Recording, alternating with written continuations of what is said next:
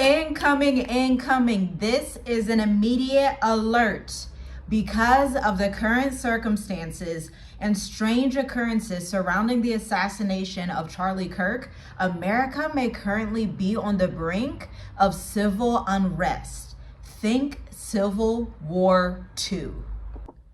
And before you scroll past, let's go ahead and put this into historical and current modern day context so we can see what's actually happening here. And we can predict pretty fairly what's going to happen next based on past historical events that have happened in both America and Europe. Because you know, on this channel, we talk about the fall of Western powers and the rise of Africa and Asia, of course, the Middle East as well, but mostly with a focus on Africa. We have been abroad for over 5 years and we have not returned to America. We knew the moment that we left Ohio that we would not want to return. We knew this right off the bat, and so we planned strategically to stay outside of the West. And I am so thankful by the grace of Yah that we did, because the things that are about to transpire in the West, not only in America, but the things that are happening in France right now with these protests in the UK, there is a type of collapse coming that has not been seen for decades, maybe over 100 years plus. And we're gonna get into it in this video. It is literally no secret that America has been polarized since its inception in 1776.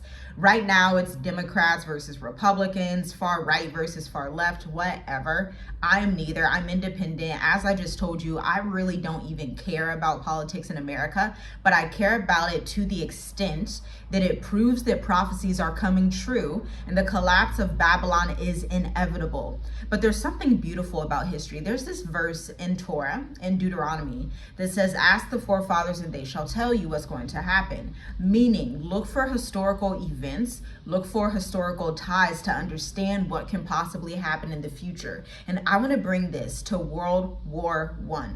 The reason being is because during World War I, just at the start, somebody who is named, this guy was assassinated, okay? Archduke Franz Ferdinand was assassinated in 1914. Okay, now it's 2025. Charlie Kirk was assassinated. Obviously, he's not an archduke, but if we look and create an analogy, so to speak, of both some of these European territories and modern day America, you could say that he was of a high political status for the Republicans, and so that assassination could contribute to the spiraling type of civil war situations that are possibly going to happen. HBCUs across America are already getting threats. And by the way, allegedly, he was assassinated by somebody who was a Republican. So that just doesn't make sense. The HBCUs would be the scapegoat for all these types of things. We have another brother who is actually hung just like a week after. And so America is inevitably going to experience a level of civil unrest that we have not seen since probably the Civil War, like the first one to ever happen. And again, if you look at World War I, the assassination of Archduke Franz Ferdinand actually triggered that world war, because when assassinations happen, political tensions rise, the right versus the left, the this versus the that, everybody gets violent, everybody gets frustrated. And this is why I'm warning you right now. If you have ever felt called to leave America, if you have been lingering and tottering the fence, should I leave America? Should I stay in America? If you've been wanting to leave America, desiring to leave, searching places like Botswana, South Africa, Kenya, Mauritius, Ghana, Senegal, even Thailand, Vietnam, then do it. Just do it and leave while you can, because what comes next is going to do more than shock you. It's going to leave America totally unhinged. Now, you've made it to 4 minutes into this video. I would so appreciate it if you like this video, share it with 20 people, Facebook groups, WhatsApp groups you're in, family groups, text message groups, wherever you need to send it, because I want everyone to be aware. Preparation is better than being at the last moment, being like, oh my gosh, I missed out. I don't know what's happening. The world is spiraling into chaos. I want you to be prepared with wisdom and understanding. There is a healthy dose of fear. This just enough, as in Noah's day, it says, because he had the fear and then prayed to Yah, he was able to save the generations after him. Hebrews 11. And so you need to take that healthy dose of fear and say, okay, what should I do right now, knowing that these events are coming back into fruition, because there is no new thing under the sun, because the West will collapse, because everybody can already see it. Republicans, Democrats, white, black, Mexican, it doesn't matter. Even Koreans, Chinese, they are going back to their original land after being in America for decades and saying, hey, I think it's just time to get back integrated with my people and my culture. This is a sign for everybody to see that people are fleeing the West in numbers that nobody has ever witnessed before. And right now, when I'm talking about the West, I'm specifically talking about the USA. Now listen, World War I, that is a tongue twister, okay? World War I displaced millions of people. Borders collapsed, civil society completely fractured, and diaspora communities around the globe had to make difficult, rapid decisions. Do we stay? Do we flee? Where is safety? Who has a plan? Okay? Preparation is your antidote to this last minute planning that will leave you basically high and dry. Today, the African diaspora, especially in the US, whether you are born in Africa or not, it really doesn't matter. Just the diaspora as a whole must consider these same questions, not out of panic, but out of wisdom. Do you have a relocation plan if America experiences sustained civil unrest for months and years at a time, the way that it is currently going through? Do you know your safe corridors? Do you know which places that you can be safe in? Do you know your safest countries? This is exactly why we host our intensive, The State of the Diaspora. We just finished the 14th edition. It will return around 2026. Right now, the only way to get our programs and courses is to book a one-to-one session with my husband. Are you building relationships across borders so that you have networks? Do you have networks in Ghana, in South Africa, in Tanzania, in Thailand? Do you have networks that are possibly in Dubai? Do you have people that you can speak to, that you can message real quick and say, hey, what's going on your side of the world? How are things looking? What are the residence processes looking like over there? Is it pretty calm over there? Is there turmoil over there? What's going on? This is how we need to think in 2025 and beyond, when civil unrest is coming mostly to Western society, but it will impact different parts of the globe. Modern relocation is not just about finding the best remote job and finding the cheapest place to live. It's a strategic hedge against instability in a world that is increasingly unstable. Right now, smart, prepared, wise people are building their hedges. They're diversifying their investments. They're building their online businesses. They're building bridges across different networks, securing multiple residence permits, and in some cases, dual citizenship. They're understanding global finance and economics and studying where to root themselves next. Now, this is your time to reclaim the narrative, because too often Africa is spoken of only in terms of crisis. And I just knew it was a big lie from the beginning. I absolutely knew it. Back in 2015, I was only about 18 years old back then, but I knew back then. I told my dad. He has since passed away. I told him I'm going to live in Africa. And he was like, great, like I give you my blessings. You can go ahead and do it. Just make sure you have your money together. Because I just felt in my soul that they are lying about the continent. I felt like everything was just a big propaganda ploy back then. And I was like, I'm going to move to Africa. I didn't know that it would be so soon, but it literally happened super fast. And so I'm just so grateful for that. But I want you to remember that Africa is not just crisis the way they like to spin on the news. I want you to think of the kingdom of Mali under Mansa Musa, who was the richest king in history even to date, who would just go around the Sahel region passing out gold to different African peoples, different empires, even the Arabian empires as well. Then Great Zimbabwe demonstrated super advanced architecture and urban planning. And then the Songhai Empire, which was in West Africa as well, similar to the Mali Empire, rivaled any of its European contemporaries in scale and sophistication. And this is not just nostalgia, this is a reminder of who you are. Africa has been and can be again a center for global gravity. It's literally where the Garden of Eden was. Everything starts in the motherland, and I promise you, everything will also end in the motherland for the end times. Have you ever heard of this Bible verse from the book of Zephaniah? In Zephaniah 3:10 it states, "From beyond the rivers of Ethiopia, my worshipers, the daughter of my dispersed people, shall bring my offering from afar." This is not just poetic, it's prophetic. It speaks of a time when the scattered people return not to defeat, but to live with strength, wisdom, understanding, strategy, with offerings born from hard lessons and lived experience. We are living in the time of decision right now. The call to return, to reconnect, and to restore is no longer just spiritual. It is practical. It is literally your modern day Noah's Ark. And you know, at the end of the day, not everybody believes that America is heading for civil unrest, but I must tell you that algorithms are currently like, hey, they are not neutral. They're seeing civil unrest. People are coming on like, hey, there's some shady stuff going on here with the KKK, with these HBCUs getting threats, with the right versus the left. Like, they're like, I don't really feel safe. It feels too tense. Shout out to Coop's Corner. I was actually watching a video from him earlier today, and he is also from Columbus, Ohio. You should check out his channel, especially that recent video he did. I think it's the last one on his channel. He was talking about how he had been in South Africa, Namibia, Botswana, returned to Columbus, Ohio, and it was just crazy. Like, there was so much tension. It looked weird. Like, he couldn't believe he was back there, and it was worse than he left it. And it just resonated with me so much, obviously, because I'm from that area of like my entire life, except, you know, when I was 5, I had lived in Pittsburgh, Pennsylvania, and I was born in Florida. But other than that, I had spent most of my life in Columbus, Ohio. And it was so surreal. It's surreal because you're glad you made the right decision to leave the West for good, but also surreal, like, you don't always want to be right about these things, because at the end of this is a destruction for the West. Everybody can feel it. Everybody can see it, not just Americans, but other people looking into America can see it and feel it now too. And so if you are like, okay, what do I do? The smart move is always preparation.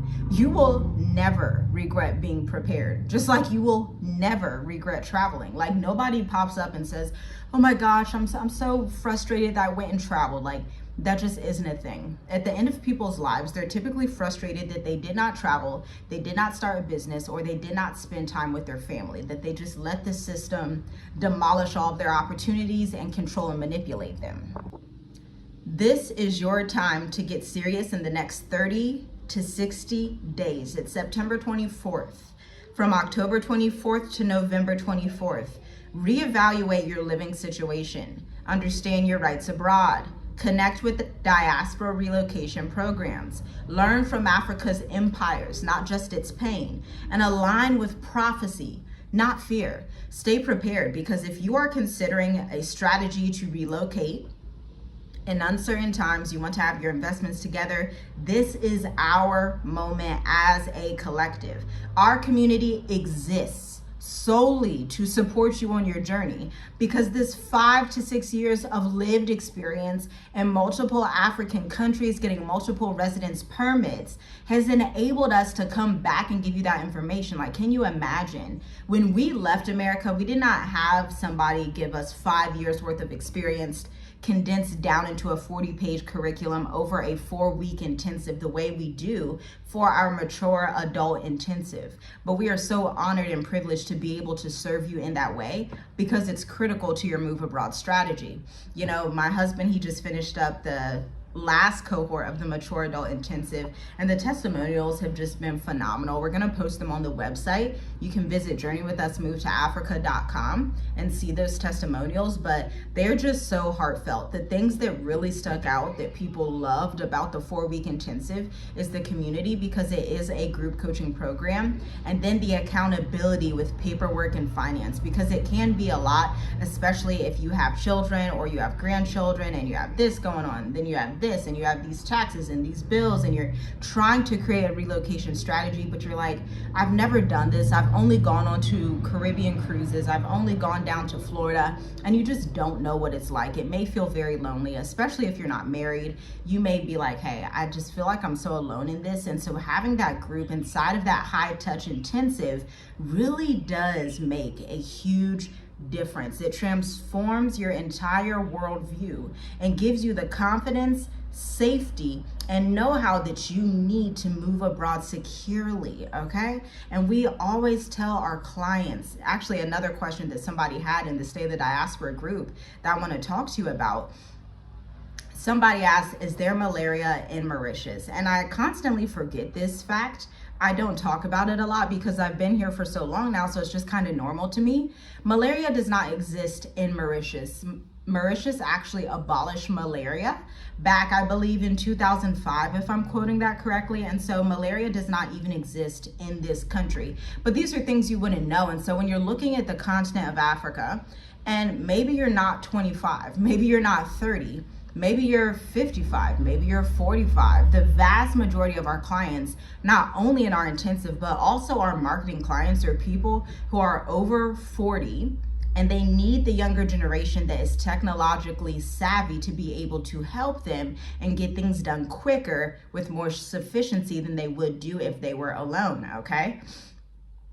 And so if you're over that age and you're like, I'm just so confused, is there malaria everywhere? Am I going to get that typhoid disease out there? You know, these are valid questions. And I was just so pleased to tell one of our clients, no, malaria actually does not exist in Mauritius. You can drink the drinking water out here. And this is why you want to understand the least corrupt countries in Africa, the safest countries in Africa, the cleanest countries in Africa. You want to have this understanding because some of these diseases are real, especially if you are immunocompromised.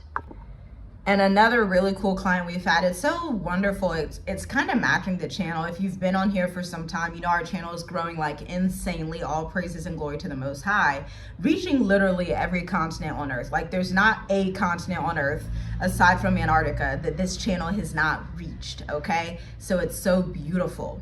But one of our clients in the intensive just in the last 4 weeks, she has residency in Mexico, but she wants to come to the continent. And I thought that was so wise of her, since it was easy to get Mexican residency. They have a 4-year residency permit. She went ahead and got it, traveled there, but she was feeling like, hey, I still feel like I need to get out of the Americas. I feel like just being here, it was a good step.